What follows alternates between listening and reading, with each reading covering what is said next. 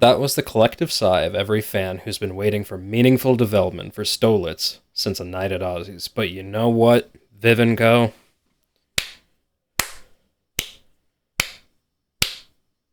You did it again.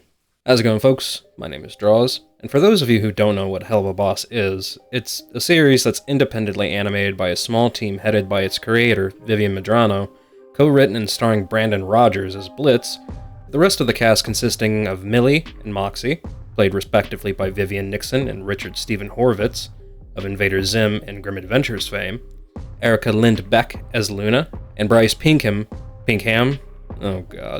as Stolas, that follows the misadventures of a team of imp assassins set in hell that take out targets in the world of the living who wrong the denizens of the Seven Rings with the aid of a booty-calling prince of hell. And today we're taking a look at Episode 4 of Helluva Boss, Western Energy. We finally have the return of Stryker, the introduction of Andrelphus, some father-daughter shenanigans with Blitz and Luna, Millie and Moxie being the best couple with a really kick-ass fight scene. Might actually be the best one in the series so far. I'm not gonna lie, it really gives X's and O's a run for its money. And we finally get some insight about what's going on with our favorite toxic couple. This is a solid spoiler warning, so if you haven't watched the new episode yet, go watch it unless you don't care about spoilers. So without any further ado, the episode opens just outside of the Richest Cup, where the poor pour for you. Nice. Where we witness Stella and Stolas attempt not to hurl insults, or objects, or imps, at each other for longer than 3 seconds, with Andrelphus trying his best to keep this train wreck of a meeting about the terms of their divorce on track. We also get a reference to what I can only presume to be the big set piece coming soon to Ozzy's, and possibly setting something up with Osmodian crystals, but I'll talk about that in another video. But Stolas is having absolutely none of it, and it's so great to see his growth stick. I'm pretty sure Stolas kicking Stella out will always exist as a time when the Helluva community collectively realized, oh shit, he's actually done. He's done taking the abuse. He's done with her attitude. He's done with her. I'll never not love Stolas refusing to put up with Stella's shit. It's so gratifying to see our favorite owlboy stand up for himself. That is, of course, until Stryker shows up and kind of unceremoniously kidnaps Stolas. Never seen that before. Oh, Blitzy! I need my bodyguard, please! I don't believe you can just... Oh, you are strong! Oh, yeah! Oh, dear, this is worrisome. No shit!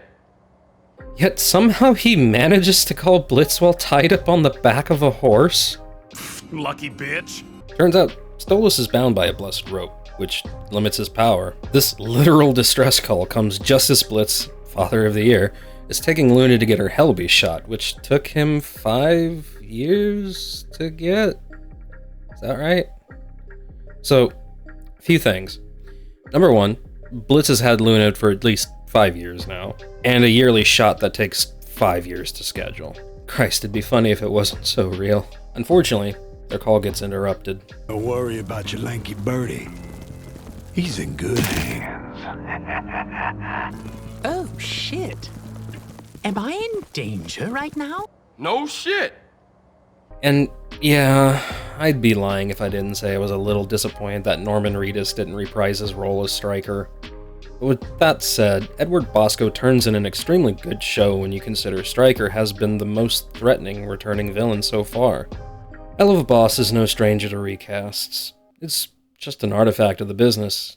As perfect as Norman Reedus was, I mean, that man's voice is just dripping with sex appeal. Why struggle to run a business that is rigged against you, when you could partner up with me and kill the unkillable? Starting with the one that treats you like a plaything. Ooh, that's kinda hot. We could be the most dangerous beings in hell, Blitz. Wow, that was a good fucking pitch. Bosco brings his own flair to the character. He's not the same, and in the case of what we got, it's good. It's damn good. And Bosco Stryker wields intimidation like a new D&D player. You notice the change, but he's played so well that you almost forget about it. It was as seamless as a transition as we could have ever hoped for. And I'd love to see Bosco return as Stryker. They were big old cowboy boots to fill, and he filled them well. This, naturally, pisses Blitz off. On the one hand, there's the issue of his daughter needing the Hellbeast shot, But on the other hand, there's his connection that allows him to do his job, which just so happens to be a contractually obligated will they won't they bang fest of conflicted emotions between two people who don't know how to communicate, but I digress. Thankfully, Moxie and Millie have a score they want to settle with Stryker from all the way back in Season 1, Episode 5. Holy shit, it's been 2 years. Damn. Time flies. So they happily take on the task of saving their boss's bird. Also, Moxie needs to keep that hat. I can't be the only one who thinks it just works for him. The weight of the situation isn't lost on Blitz either. He just has to be a dad right now. And he handles it the only way he knows how. Christ on a stick of all the days for him to get his stupid feathered ass kidnapped. I have waited 5 fucking years for this appointment. Fuck me in my little red hole. Hi, the fuck you looking at? I can appreciate that the one thing that would keep Blitz from dropping everything to run off to Stolas' rescue is his daughter. Overbearing and clingy as he is, the man has his priorities in place, and I can respect that. I also love that the hospitals are located in the Sloth Ring, and while the joke with the receptionist isn't that great, it's just the running gag of people getting Blitz's name wrong. It was funny, but it's seeing some wear and tear. It's also where a lot of people start to feel a little conflicted. The B-plot of the doctors. Does this episode have a tone problem? Does Helluva Boss have a tone problem?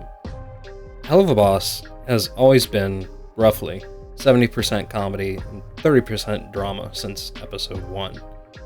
It's baked into the very format of the show. I do agree that some jokes don't land, and I'm gonna get into that a little bit later, but if I'm gonna level with you, I think it's honestly fine. It doesn't really offend or take me out of enjoying the show, aside from, again, jokes that fall flat or seemingly recycled ones. Again, we'll get into that later. But altogether, I don't think the tone shifting scene to scene, or hell, even second to second, takes away from the episode or the series. It's been 3 years. A little format fatigue is natural. I mean, just look at South Park. In spite of it being an absolute train wreck of a day for the members of IMP with, I shit you not, an actual Karen to top it off, I'm kind of impressed with Blitz. Considering how awful he is at dealing with his emotions, I have to admit it's very endearing to see him attempt to comfort Luna as best as he can, and doing a pretty decent job of it until he's rudely interrupted. Don't say that. It sounds vulgar. Excuse me? Pervert.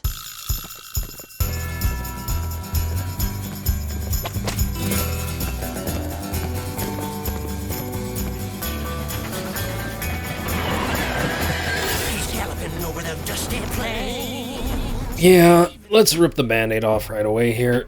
Stryker's theme, while well executed and performed, it's just out of place and kind of a drag. Helluva Boss has a lot of bangers, but this one is really just not it. It's not god-awful, but I really didn't care for it. Though I will say the animation is just fucking phenomenal. My god, look at this shit. And he loves to ride on the choo-choo.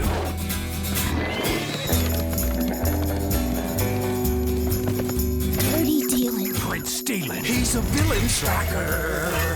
He's fast and strong and tall and mean. The foulest imp you've ever seen. He'd break your bones to hear him crunch. He likes to eat magic for lunch. He's Striker. Oh, yeah. He's Striker. Shut the fuck up! I'm trying to do my fucking Shrek 2 did it better. It just feels kind of token at this point. Girl, you better than that. But remember what I said about Blitz handling it the only way he knows how? What exactly does that entail, you might ask? Why, by inciting a fight with a mother, with the stick shoved so firmly up her ass she can spit splinters.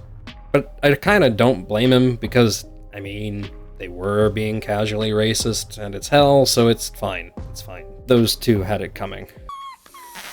God, I love Blitz. Howdy, boys. Y'all seen this motherfucker riding around here? No singing. Just a yes or no, please. I couldn't agree more, Millie. I love that we get to see Moxie nonchalantly getting after it in this episode. It's so nice to see his progression, as he just handles it by himself, without his wife having to come to his aid. It's almost like we've had some meaningful character development. We also get a really tense scene between Stryker and Stolas in Stryker's lair, and while I can appreciate the Western aesthetic and the fact that Stryker pushes it to the point of being obviously over the top and cliche, remember that part about the joke feeling recycled? What the fuck is that? Is that really a leftover Chaz joke? Is there something I'm missing here? The statue is funny, but I feel like it'd be more funny if it wasn't cheapened with this. It doesn't quite fit Stryker as we've come to know him, but it doesn't linger on it for too long, so other than it not quite fitting, at least it gives Stolas a chance to be a bitch. Is the giant statue of yourself also a classic, or...? Are you seriously judging me right now? I'm just impressed you seem to want to suck your own dick this badly. And that's not nothing. We also get a great fucking monologue from Stryker here about the inequality of the rings, and oh my god. Edward Bosco kills it at selling just how intimidating Stryker is. Even if Stolas refuses to give into his power trip, I love how far the show is willing to go, and I think it's a fantastic contrast to the following scene where we catch up very briefly with Luna and Blitz. Welcome, Bingo. And this must be Tuna. Luna, yeah. Small note, I love that Blitz corrects the mispronunciation of Luna's name, but not his own. It's a nice touch. But not before hopping on over to Andrelphus's place, which looks pretty cool. Thank you, I'll be here all week. You suck. Not for free, I don't. I can't express just how much I love to hate Stella. Her voice actress really kills it by making her sound like a spoiled rich brat. And while I really like Andrelphus's design, I can't help but feel that the threat that was initially posed by Stella is a bit overshadowed by Andrelphus. I don't think Stella would consider killing Octavia, but I wouldn't put it over Elsa Bird just yet. Because while it can be assumed that Andrelphus is in with high society, I don't think many would choose his current locale. His nature literally being cemented with the following lines, calling his sister a stupid cow and saying she's lucky that she's pretty. And he's not wrong, but this is hell, and if he's not evil as fuck, then I know literally nothing. He silver-tongues his way into convincing her into calling off Stryker, because if Stolas dies, everything he has, his duties, his possessions, everything goes to the next in line. It goes to Via. All of this is lost on Stella because all she wants is the man who cheated on her. Publicly. Sorry, I fucked your husband. What the fuck was that, Stolas? To die a slow and painful death. And she doesn't want to wait, she wants it now. She is down astronomically to know that Stolas is still drawing breath, and yet she's led by her brother. Andrelphus clearly has an axe to grind, and it's unsettling, to say the least. And speaking of unsettling, how's Stolas doing? Jesus Christ! And despite being royally fucked up, I love that Stolas doesn't hold back when Stryker mentions his daughter. Dude is battered, broken, and damn near death's door. But don't you dare talk about this man's baby. Blessed rope be damned, even going so far as to outright threaten to kill Stryker if he even thinks about going near Octavia. And even as he's looking down the knife he knows can punch his ticket, the last words out of him are about Blitz. Just before he gets the call from Stella not to finish the job, and yeah, while I understand Andrelphus and Stella are trying to get more out of Stolas, it does kinda cheapen the whole rescue thing for him to get the call right before the M&Ms make their big entrance, but that doesn't stop Stryker from taking a piece of Stolas as a consolation prize. But she didn't say what condition you had to be in. I think these reds might be a pretty trophy. Can't have you seeing me again, can we? The M&Ms do that well enough. Seriously, I mean...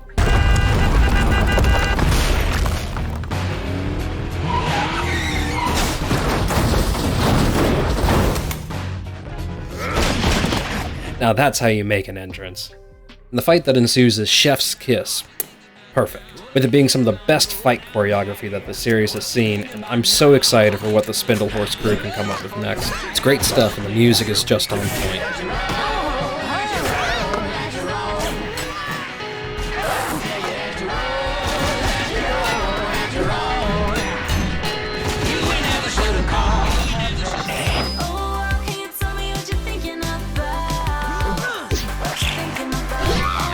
And it's wonderfully juxtaposed with the hell that Blitz is dealing with at the doctor's.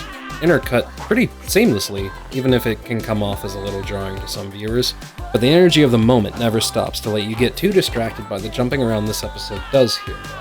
I'm saying for what they did, it was done really well for how long it takes to put these things together, and I don't think they get enough credit for this crazy work we get to consume and obsess over for free. Also, how the hell is Stryker more deadly with his lasso than he is with his guns? That's fucking wild.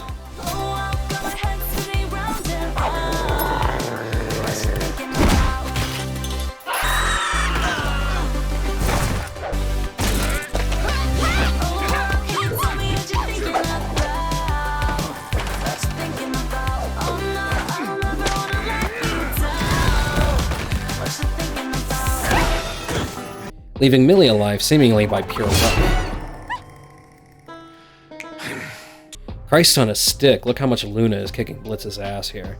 Also, we know what this imp is capable of. He's gotta be using a lot of restraint because even though it's played for laughs, he doesn't want to hurt Luna. But she's just not having it at all. Also reminds me of someone. Ellie. And yeah, it's also really great to see Moxie's growth again when he uses comedy to throw off Stryker.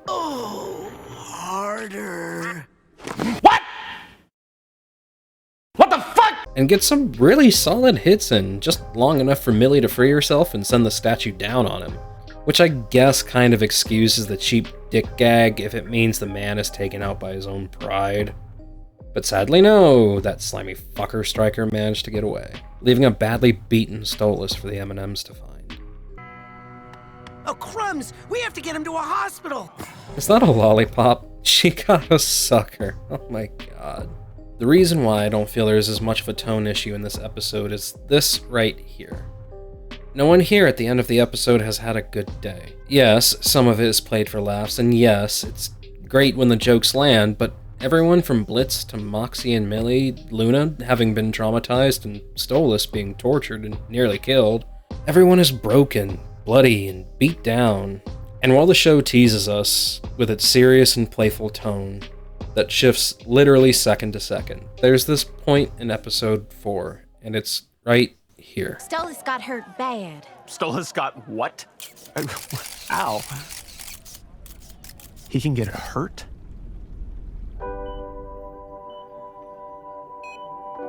And everyone has the same thought. Oh my god, he can die.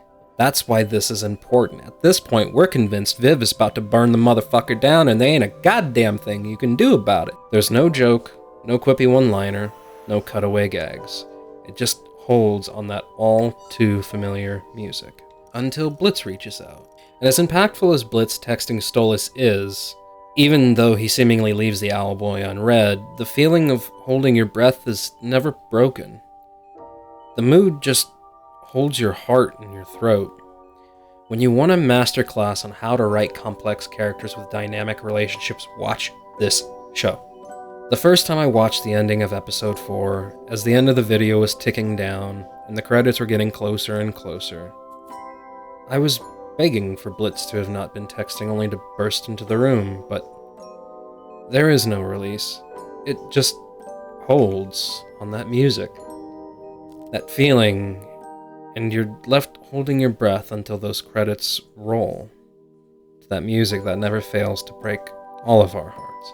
I want to thank you so much for watching this video. I put a lot of time into writing the script for this, and I got to work right away after it came out last Saturday. I only scratched the surface with this review, and I'm currently writing another video where we dive deeper into the text and the current status of Stolitz's relationship. So I really hope that you'll join me for that when that video goes live.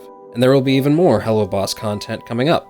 I got a lot of videos I've been dying to make, and I'm finally catching up and getting there, so let's make it a journey. But I need you, ladies, gentlemen, and all you lovely denizens of hell in between or thereabouts, to like this video.